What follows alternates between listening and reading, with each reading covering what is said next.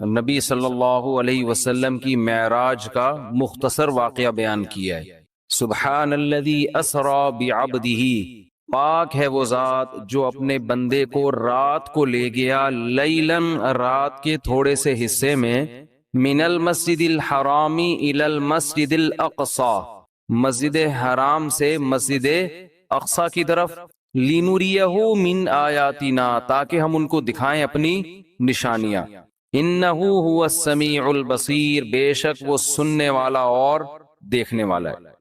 قرآن میں تو بس اتنا ہی تذکرہ ہے معراج کا، اور اسی سورہ بنی اسرائیل میں آگے چل کے آتا ہے وَمَا جَعَلْنَا الرُّؤْيَا الَّتِي أَرَيْنَاكَ إِلَّا فِتْنَةً لِلنَّاسِ وَالشَّجَرَةَ الْمَلْعُونَةَ فِي الْقُرْآنِ، کہ ہم نے جو آپ کو منظر دکھایا وہ ہم نے لوگوں کے لیے آزمائش بنایا ہے، جیسے ہم نے شجرہ ملعونہ کو آزمائش بنایا، دونوں چیزوں کو ہم نے کیا بنایا؟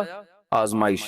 تو قرآن میں بس اتنا تذکرہ ملتا ہے معراج کا، ایک تو سورہ بنی اسرائیل کے شروع میں پہلی آیت، اور ایک آگے جا کے 2-3 رکوع کے بعد۔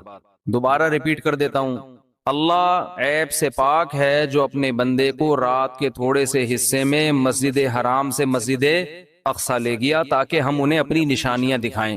اور اللہ نے دوسری جگہ فرمایا کہ ہم نے جو منظر آپ کو دکھایا، یہ منظر بھی اور شجرہ ملعونہ بھی، یہ دونوں لوگوں کے لیے آزمائش ہیں۔ یہ بلب جل بجھ رہا ہے، اس سے کچھ نہیں ہوگا، بے فکر رہیں، یہ دونوں چیزیں لوگوں کے لیے آزمائش ہیں۔ باقی اس کی تفصیل حدیث میں ملتی ہے کہ براق پر بیٹھ کر آپ صلی اللہ علیہ وسلم گئے، مسجد اقصی پہنچے، بہت دور ہے مسجد اقصی، وہاں اللہ تعالی نے تمام پیغمبروں کو جمع کیا جن کی آپ صلی اللہ علیہ وسلم نے امامت کی، اور پھر اللہ تعالیٰ نے آپ کو وہاں سے آسمانوں پہ لے گئے اور اپنا قرب عطا کیا، اور پھر آپ صلی اللہ علیہ وسلم کی مختلف پیغمبروں سے مختلف آسمانوں پر ملاقاتیں ہوئیں۔ آپ کو معراج میں 50 نمازوں کا تحفہ دیا گیا، جو آہستہ آہستہ کم ہوتے ہوتے 5۔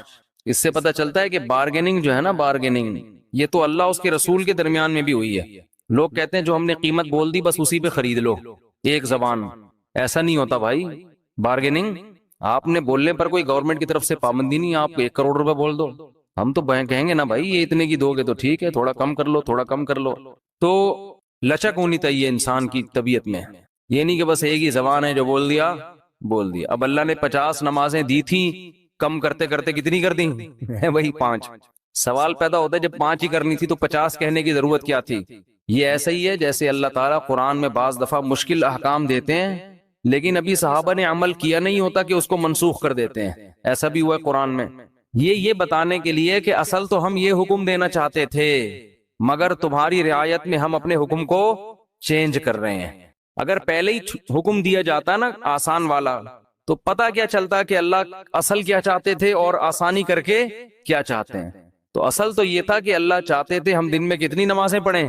50 ٹائم، لیکن اللہ کو پتا تھا کہ یہ مشکل میں پڑ جائیں گے اور جہنم میں جانے والوں کی تعداد اور زیادہ بڑھ جائے گی، اس لیے اللہ نے کہا کہ میں تمہاری رعایت کرتا ہوں۔ جیسے بیوہ عورت کو نکاح کے پیغام سے اللہ نے منع کیا لیکن اللہ نے فرمایا اللہ کو پتا ہے تم باز نہیں آؤ گے تو اشارتاً پیغام بھیج سکتے ہو، وہ اس زمانے کی بات ہے۔ تو اسی طرح قرآن میں آتا ہے کہ ہم حکم دے رہے ہیں کہ جب نبی کی محفل میں جاؤ تو پہلے کچھ صدقہ دیا کرو۔ پھر اللہ نے فرمایا اشفقتم ان تقدموا بین یدی نجواکم صدقہ، تم ڈرتے ہو کہ ہر چیز میں پہلے صدقہ دینا پڑے گا، چلو معاف کیا، نہیں دو صدقہ، ٹھیک ہے نا۔ تو یہ قرآن کی عادت ہے، اس سے اللہ کی رحمت کا پتہ چلتا ہے، اور یہ بھی کہ اسلام کے احکام میں بھی اللہ نے ہمیں یہ بتایا ہے کہ میں بھی تمہاری طبیعت کا، تمہاری کمزوری کی رعایت کرتا ہوں۔ تو جب اللہ ہماری رعایت کر کے احکام دے رہا ہے تو ہمیں بھی اپنے ماتحتوں کا خیال بولو کرنا چاہیے۔ اللہ ہمیں بتاتا ہے کہ اصل تو میں یہ کہنا چاہتا ہوں، یہ چاہتا ہوں حکم ہو، لیکن تم نہیں عمل کر سکو گے، چلو یہ اس پر عمل کرو۔ تو جب اللہ انسانوں کی رعایت کرتا ہے تو انسانوں کو بھی چاہیے کہ وہ ایک دوسرے کی رعایت کرا کریں، اتنا بوجھ کسی پہ نہ ڈالیں کہ بس تیر کی طرح سیدھے چلو تم۔ ایسا نہیں ہو سکتا بھائی، انسان ٹیڑھا میڑا ہے، آڑا ترچھا ہے، اس کو بالکل ہر چیز میں ایکوریٹ کرنے کی کوشش کریں گے، نہ کوئی بھی نہیں ہو سکتا۔ کوئی بھی کا مطلب مسجد کا امام بھی پورا سیدھا، نہ مفتی صاحب پورے سیدھے ہو سکتے ہیں، نہ مسجد کا امام ہو سکتا ہے، نہ کوئی بزرگ پورے ایکوریٹ ہو سکتے ہیں۔ لوگ کہتے ہیں مفتی صاحب نے اس دن بیان میں یہ بول دیا تھا، مفتی صاحب اس دن وہاں انڈا موڑ پہ بیٹھے ہوئے ٹانگ پہ ٹانگ رکھ کے چائے پی رہے تھے. یہ علماء کے بیٹھنے کا طریقہ نہیں ہوتا. اس دن مفتی صاحب نے کہہ دیا تھا بھاڑ میں جائیں. چلتا ہے مارکیٹ میں سب. ہاں کچھ لوگ بیٹھے ہیں کیڑے نکالنے کے لیے. کچھ لوگ کیا ان کا کام ہی یہی ہے کہ اس کے کیڑے جمع کر کے ایک شاپر میں لا کے پوری کیڑوں کی دکان کھولی ہوئی ہے انہوں نے. وہ ان کا کام ہی یہی ہے کہ ایک دوسرے کی غلطیوں کو ہائی لائٹ کرنا. اور خود اتنے بڑے بڑے بلینڈر ان لوگوں سے ہوتے ہیں کہ اگر کوئی دوسرا ان کی غلطیاں جمع کرنا شروع کر دے تو الامان والحفیظ. تو لچک ہے بھائی, لچک. لوگوں کی رعایت کیا کرو. نمازیوں کی رعایت کا حکم ہے مسجد کے امام کو. اتنی لمبی نمازیں نہ شروع کر دو کہ لوگ کھڑے کھڑے تھک جائیں. حضرت معاذ تھے, حضرت جابر بن عبداللہ, انہوں نے اتنی لمبی عشاء کی نمازیں پڑھانا شروع کر دی, سورہ بقرہ پڑھتے تھے پوری اس میں نا. اب ایک صحابی تھے وہ کھڑے کھڑے تھک جاتے, وہ ایک دن نماز توڑ کے چلے گئے اور جا کے نبی صلی اللہ علیہ وسلم سے شکایت کی کہ یہ اتنی لمبی عشاء کی نماز پڑھاتے ہیں. اچھا جب وہ گئے نماز میں تو ان کو صحابی رسول نے کہا کہ تم منافق ہو گئے ہو. تم کیا ہو گئے ہو؟ کیونکہ نماز میں تم کیا کر رہے ہو؟ شارٹ نماز چاہیے. یہ تو منافق کا دل نماز میں نہیں لگتا. تو فتویٰ دیا کہ تم کیا ہو گئے ہو؟ منافق. انہوں نے جا کے نبی صلی اللہ علیہ, حضرت معاذ بن جبل تھے, انہوں نے جا کے نبی صلی اللہ علیہ وسلم کو بتایا کہ یا رسول اللہ اتنی لمبی نماز پڑھا رہے ہو, اوپر سے مجھے فتویٰ کیا دے رہے ہیں, تم منافق ہو. تو آپ صلی اللہ علیہ وسلم نے حضرت معاذ کو بلایا, افتان انت یا معاذ, اتنا غضبناک ہوئے, اے معاذ تم لوگوں کو فتنوں میں ڈال رہے ہو نماز سے, یعنی تم تو ان کو آزمائش میں ڈال رہے ہو کہ نماز سے ان کے دل میں نماز کی نفرت پیدا کر رہے ہو. اور پھر آپ نے ان سے امامت چھین لی اور پھر تھوڑے دنوں بعد واپس امامت دے دی ان کو, یعنی تنبیہ کے لیے. تو امام کو چاہیے لوگوں کی رعایت کرے, خطیب کو چاہیے بیان میں بھی لوگوں کی رعایت کرے, ان کی مینٹل لیول سے اوپر کی باتیں نہ کرے. ایک دم 4 شادیوں پہ نہ آ جایا کرے, پہلے ان کو دوسری شادی سمجھائے, جب 6 مہینے میں یہ سمجھ میں آئے کہ پھر تیسری. ہم ڈائریکٹ کیا کرتے ہیں تو اس پہ لوگ کہتے ہیں یار یہ پتہ نہیں کس قسم کی باتیں کرتا ہے.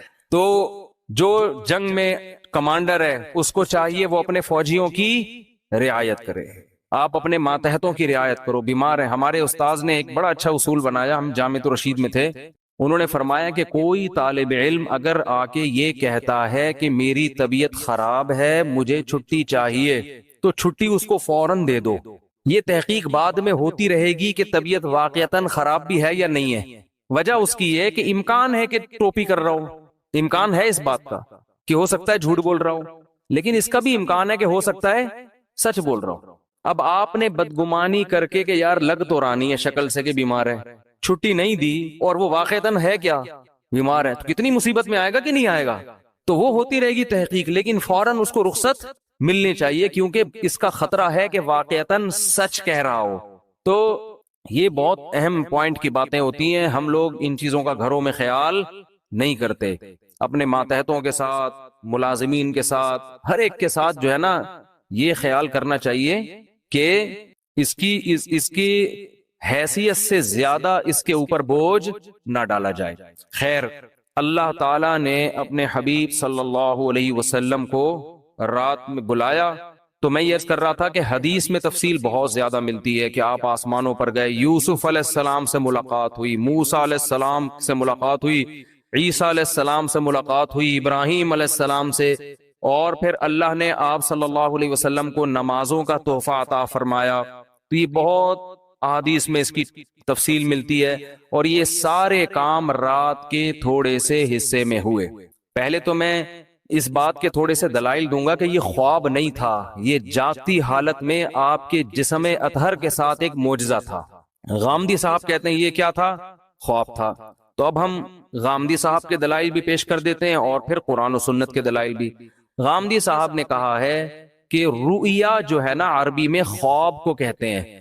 رؤیا کسے کہتے ہیں؟ خواب کو. جیسے سورہ یوسف میں ہے نا, وہ کیا تھا, انی رأیت 11 کوکبا, یوسف علیہ السلام نے کہا میں نے 11 ستارے دیکھے سجدہ کر رہے ہیں. تو ان کے ابا نے کہا لا تقصص رؤیا کا, اپنا یہ خواب کسی اور کو مت سنائیں. تو اس کو انہوں نے رؤیا سے تعبیر کیا ہے. کیا تعبیر کیا؟ رؤیا. تو یہی لفظ معراج کے بارے میں قرآن میں آتا ہے کہ اے نبی ہم نے آپ کے رؤیا کو, یہ جو رؤیا تھا نا اس کو ہم نے لوگوں کے لیے ایک آزمائش بنایا ہے. تو غامدی صاحب کہتے ہیں کہ رؤیا کسے کہتے ہیں؟ خواب کو, جیسے سورہ یوسف میں. اس کا جواب یہ ہے کہ رؤیا اصل میں خواب کو نہیں کہتے، رؤیا اصل میں منظر کو کہتے ہیں، سین کو کہتے ہیں، اور خواب میں بھی ایک منظر نظر آتا ہے، اس لیے خواب پر بھی اس کا اطلاق کر دیا جاتا ہے، ورنہ اصل رؤیا کا معنی منظر، سین، کوئی بھی چیز آپ دیکھیں، چاہے جاگتی حالت میں یا خواب میں، کیونکہ رؤیا کا لفظ نکلا ہے رؤیت سے، رؤیت دیکھنے کو کہتے ہیں۔ آپ نے دیکھا نہیں رؤیت ہلال، تو کیا یہ خواب میں دیکھا جا رہا ہوتا ہے ہلال کمیٹی ہے بھائی؟ جب جاگتی حالت میں دیکھ کے اتنے اختلاف ہو رہے ہیں تو خواب میں دیکھ کے پتہ نہیں کیا ہو جائے گا، 6 عیدیں ہوں گی پھر تو یہ جاگتی حالت میں ان آنکھوں کے ساتھ رؤیت ہلال کمیٹی نہیں ہے، رؤیت انی ارا ما لا ترون انی اخاف اللہ۔ قرآن میں جہاں بھی رآ یرآ کا لفظ آیا ہے دیکھنے کے معنی میں، تو رؤیا وہ چیز جو دیکھی جائے، اب یہ خواب میں بھی ہو سکتی ہے اور جاگتی حالت میں بھی، اس لیے اس کا اصل معنی ہوتا ہے منظر، لیکن اس کا اطلاق خواب پر بھی ہوتا ہے، کیونکہ خواب میں بھی ایک سین نظر آتا ہے آپ کو، پورا ایک منظر ہوتا ہے۔ تو اب ہم دیکھتے ہیں کہ قرآن میں جو نبی کے لیے معراج کے لیے رؤیا کا لفظ استعمال ہوا ہے وہ خواب کے معنی میں ہے یا منظر کے معنی میں، دونوں احتمال اس میں ہیں، تو ہم قرآن ہی سے فیصلہ کروا لیتے ہیں کہ وہ حقیقت تھی یا بولو خواب تھا۔ قرآن میں 2 واضح قرینے، اگر ہم حدیث کو ہٹا دیں، حدیث سے تو پتہ چلتا ہے کہ یہ خواب نہیں تھا، حدیث سے تو صاف کہ براق پہ بیٹھ کے آپ جا رہے ہیں، خواب میں ان تکلفات کی کیا ضرورت ہے؟ خواب میں آپ امریکہ جاؤ ایسے ہی پہنچ جاتے ہو بغیر جہاز کے بھی، یہ جو پورا براق آ رہا ہے، جبریل آ رہے ہیں، جایا جا رہا ہے، پھر وہاں امامت ہو رہی ہے، حدیث سے تو صاف پتہ چلتا ہے، لیکن ہم قرآن میں بھی دیکھتے ہیں کہ 2 واضح قرینے ہیں جن سے پتہ چلتا ہے کہ یہاں رؤیا خواب کے معنی میں نہیں ہے۔ سب سے پہلے اس رؤیا کے آگے پیچھے جو آیت ہے وہ خود ہی بتا رہی ہے، فرمایا وَمَا جَعَلْنَا الرُّؤْيَا الَّتِي أَرَيْنَاكَ إِلَّا فِتْنَةً لِلنَّاسِ وَالشَّجَرَةَ الْمَلْعُونَةَ فِي الْقُرْآنِ،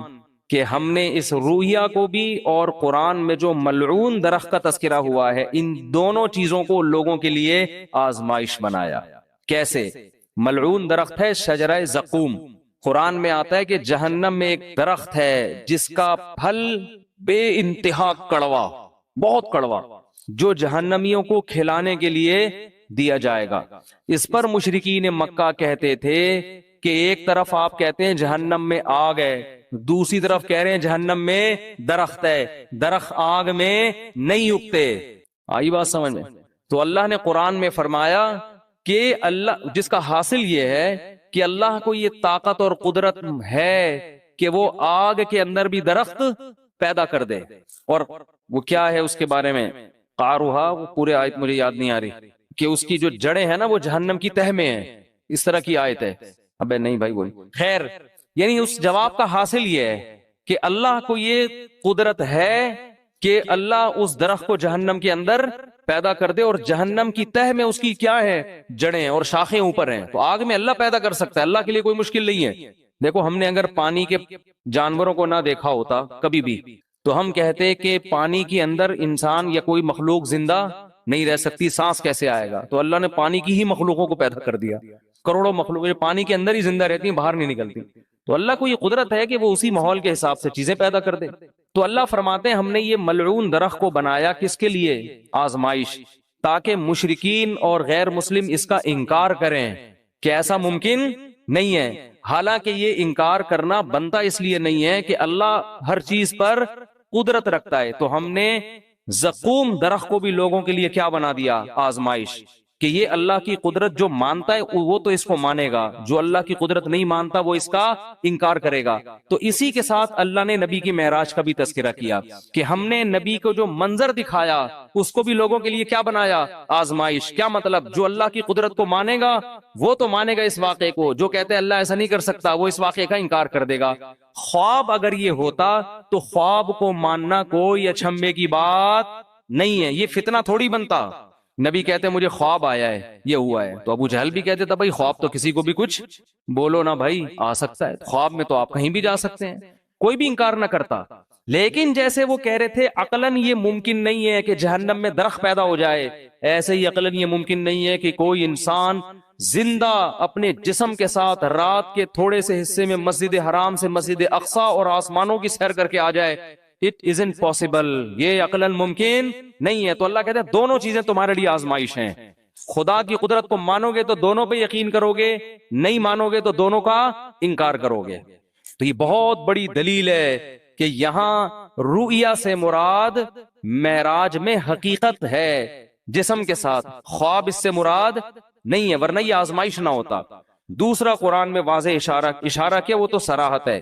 سورہ بنی اسرائیل شروع ہو رہی ہے، سبحان الذی، پاک ہے وہ ذات، اسرا بعبدہ، جو اپنے بندے کو رات کے تھوڑے سے حصے میں لے گیا، من المسجد الحرامی الی المسجد الاقصی، مسجد حرام سے مسجد اقصی۔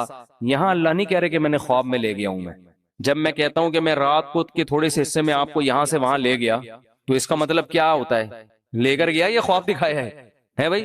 آپ کہہ رہے ہو کہ بھائی دیکھو میں تمہیں اپنے ساتھ ملیشیا لے کر گیا تھا اور میں نے تمہیں وہاں گھمایا اور پھرایا، پھر میں تمہیں وہاں، تم دبئی کی سیر، اب کوئی آدمی کی نئی نئی شادی ہوئی ہے، فرض کر لو بیگم کو ہنی مون کے لیے مری لے کر گیا، بعد میں پھڈا ہو گیا، بیگم کو کہہ رہے دیکھو میں تمہیں اپنے ساتھ اس دن مری لے کر گیا تھا، پھر میں تمہیں نتھیا گلی کی میں نے تمہیں سیر کرائی، پھر میں وہاں سے ہم نے ٹن مارا ادھر کی طرف، ہم مڑے سوات مردان کی مالم جبا ہے کیا ہے بہرحال جو بھی ہے، وہاں سے ٹن مار کے اسلام آباد سے ہم اگلی فلائٹ سے واپس آئے۔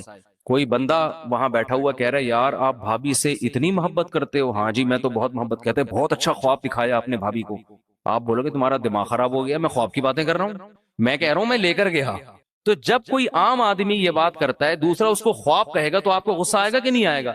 اللہ سورہ بنی اسرائیل شروع اس طرح سے کر رہے ہیں، سبحان الذی، پاک ہے وہ ذات، اسرا بعبدہ، جو اپنے بندے کو لے گیا، لیلن، رات کے تھوڑے سے حصے میں۔ یہ تنوین تقلیل کے لیے، تھوڑے سے حصے میں بھی اللہ اپنی قدرت دکھا رہا ہے۔ خواب کا تذکرہ ہوتا تو نہ رات کہنے کی ضرورت تھی، نہ رات کا تھوڑا حصہ کہنے کی ضرورت تھی۔ سمجھ میں نہیں آ رہی بات؟ دوسری بات، تیسرا قرینہ، اللہ اس آیت کو شروع کر رہا ہے سبحان الذی، ہر عیب سے پاک ہے وہ ذات۔ اس میں اللہ اپنی قدرت بتا رہا ہے کہ تمہیں عجیب سا لگے گا کہ رات کے تھوڑے سے حصے میں کوئی بندہ مسجد حرام اور مسجد اقصی سے ہو کے واپس بھی آ جائے، اٹ isn't possible، یہ ممکن نہیں ہے۔ تو اللہ آیت شروع کر رہا ہے سبحان الذی، اللہ ہر عیب سے پاک ہے، وہ عاجز نہیں ہے کہ کچھ کرنا چاہے تو اس کو اسباب کے تانے بانے جوڑنے پڑے، ٹائم دیکھنا پڑے، بھائی اتنے ٹائم میں تو یہ ممکن نہیں ہے، اس لیے اللہ عیب سے پاک ہے۔ تو یہ تیسرا قرینہ ہے۔ خواب ہوتا تو اللہ سبحان اللہ کا ذکر نہ کرتا۔ عجیب چیز کو دیکھ کے ہم کہتے ہیں نا سبحان اللہ، اچھی کہو کہتے ہیں، وہ کون پنجاب میں جب تقریر ہوتی ہے کہتے ہیں اچھی کہو سبحان اللہ، تو انہوں نے کوئی بڑا ٹیکنیکل پوائنٹ مارا ہوتا ہے۔ خوابوں کی باتوں پہ کوئی اتنا زیادہ نہیں ہوتا سبحان اللہ، ٹھیک ہے نا؟ تو اللہ فرما رہے ہیں کہ یہ تین واضح قرینے قرآن مجید میں، لِنُرِيَهُ مِنْ آیَاتِنَا، تاکہ ہم محمد صلی اللہ علیہ وسلم کو اپنی نشانیاں بتائیں۔ تبھی تو مشرکین نے انکار کر دیا، یہ نہیں ہو سکتا۔ اگر خواب کی بات ہوتی تو وہ انکار نہ کرتے، پھر جب انکار کیا تو اللہ فرماتے ہم نے اس واقعے کو آزمائش بنایا۔ باقی اس میں حکمت کیا تھی؟ یہ معجزہ اللہ نے کسی اور پیغمبر کو نہیں دیا۔ ہر پیغمبر کو الگ قسم کے معجزے ملتے ہیں۔ حضرت عیسیٰ علیہ السلام کو جو معجزے ملے نا، وہ کہا جاتا ہے کہ سب سے زیادہ معجزے اللہ نے حضرت عیسیٰ کو دیے ہیں۔ مردے کو زندہ، کوڑ کے مریض کو شفا، پیدائشی نابینے کی آنکھیں واپس، مٹی کا پرندہ بنا کے پھونک ماری، پھڑ پھڑ پھڑ کر کے اڑ رہا ہے۔ یہ بہت ہی عجیب قسم کے معجزے۔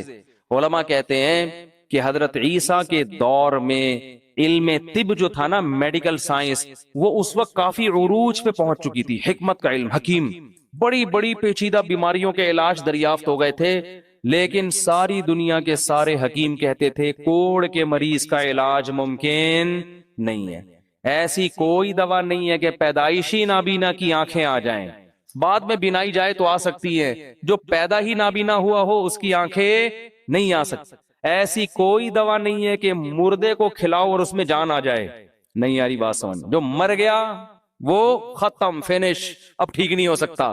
مٹی کے بنے ہوئے پرندوں میں جان، کوئی چورن چٹنی ایسی نہیں ہے کہ پتلے میں ڈالیں اور وہ اڑنا شروع ہو جائے، نا نا نا۔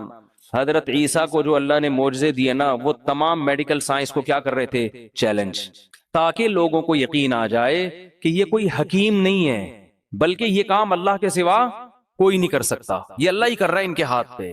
اگر علم طب نے ترقی نہ کی ہوتی نا، پھر حضرت عیسیٰ کوڑ کے مریض کو ٹھیک کرتے، لوگ کہتے یار لگتا ہے کہ یہ کوئی ماہر، معاذ اللہ کوئی حکیم ہے یہ، جنہوں نے کوڑ کے مریض کو چپکے سے دوا کھلائی ہے اور وہ بندہ کیا ہو گیا؟